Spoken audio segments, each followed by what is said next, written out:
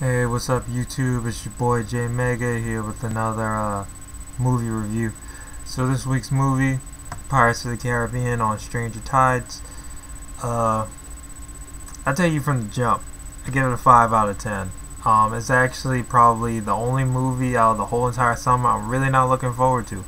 I really wasn't looking forward to it. I really don't think they needed to make a fourth Pirates of the Caribbean movie. And it definitely shows throughout the movie. Um, this time around, there is no Orlando Bloom. There is no Keira Knightley. They basically pretend like they didn't even exist. Like, they basically pretend like the first 3 movies basically almost just didn't happen. Um, uh, there's the Jack Sparrow, Johnny Depp. He's actually not as funny in this one, and I guess it's because he's the main character, which is why he's not as funny. I really don't know what to say, really, why he's not all that funny in this one, but he's just really not. He's not as charismatic, but because I think it's because all the seriousness, all the serious people have been taken out. Like, even the people who are supposed to be serious in this, they really aren't, like Barbossa. Now, granted, as the movies went along, Barbossa kind of loosened up a little bit more and more. But I mean, Barbossa acts just as crazy as Jack a lot in these, you know. In this one, I just really didn't like it. Penelope Cruz, I mean, she's fine as hell. I mean, that's really one of the only reasons I felt like paying the money to see this. But I mean, you can look up pictures of her on the internet if you want. But Penelope Cruz, she did an okay job. I don't think it seemed like basically everybody who was in the movie, they just kind of were going through the motions. It seemed like they really didn't care all that much. The action was decent. I think still the action in all the other movies was better. Number 3 was just a crazy mess. But I think the action in the other movies was way better than this. It has a few good, sword fight scenes. The only thing new and interesting that I've really seen was a scene where where they first show off the mermaids, and the mermaids go against the sailors. That was pretty cool. But other than that, there's not a whole lot new. I personally recommend you skip this one, honestly. And it's the first movie that I've honestly said in a while, like, just straight up skip it. Don't go see it. Don't waste the money. Don't waste the time. If you have already, I'm sorry. I guess you probably agree with me on this, but it was okay. But I just definitely think it shouldn't even have been done. It shouldn't even have been made. Honestly, it's just a waste of time and money. Hopefully this does not end up making a lot of money, honestly, because then if it does, then they're supposedly supposed to be two more sequels after this one that I hope to God are not made.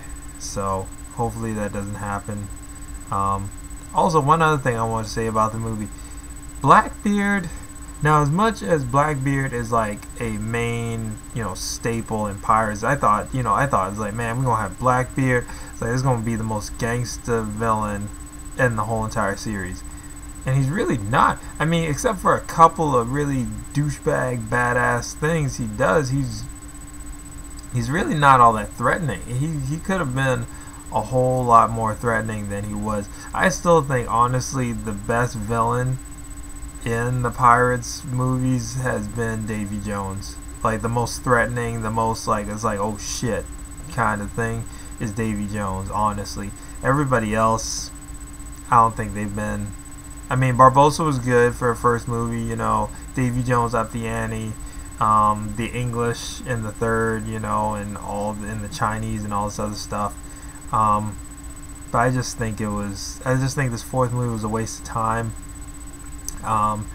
The race for the Fountain of Youth was kind of a waste, just because the Spanish are the ones that are far ahead, but you barely ever see the Spanish in this movie. I guess because they're just so far ahead of everybody else the whole time. So that's another thing that irked my nerves.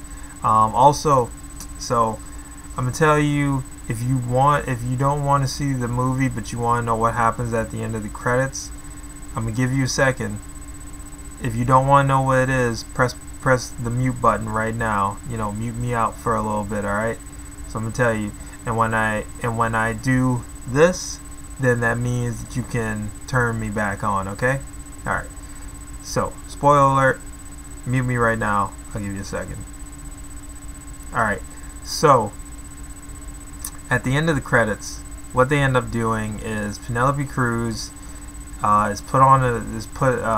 Jack Sparrow takes Penelope Cruz to some island, puts her out there, doesn't want to deal with her anymore. She talks about she's pregnant, all this stuff, trying to make up lies in order to keep him there and all this other stuff. But anyways, so there's a voodoo doll that Blackbeard has of Jack, and he kind of uses it a little bit to manipulate Jack, only maybe like 1 or 2 times in the actual story.